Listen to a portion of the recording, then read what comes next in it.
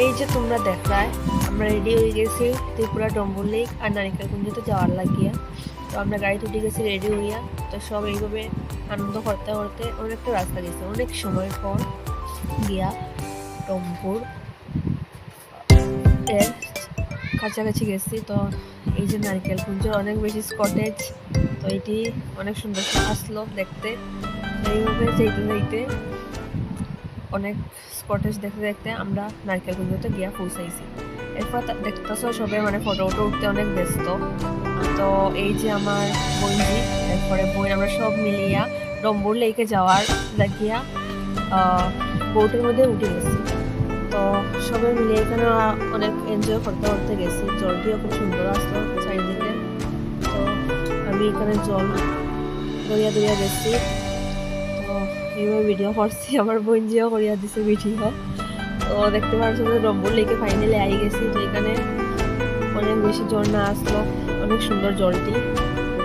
এরকম আমি first time দেখছি, সত্যি কথা যেটা ভিডিওর মধ্যে দেখছি আগে, কিন্তু সামনের থেকে ফ্রেশ জল আসলো। তো এখানেও সবে অনেক এনজয় হয়েছে।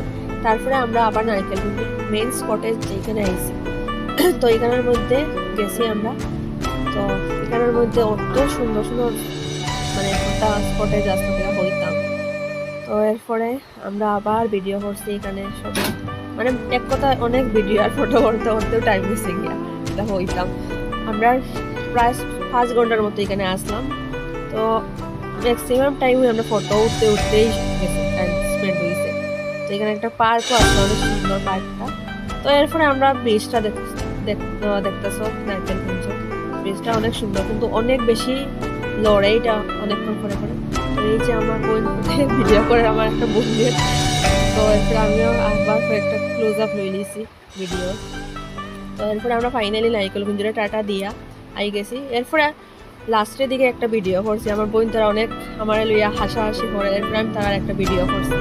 তো এটা করতে করতে অনেক হাসাহাসি করার পরে ফাইনালি আমরা রাত্রে 10:30 বাড়িতেছি।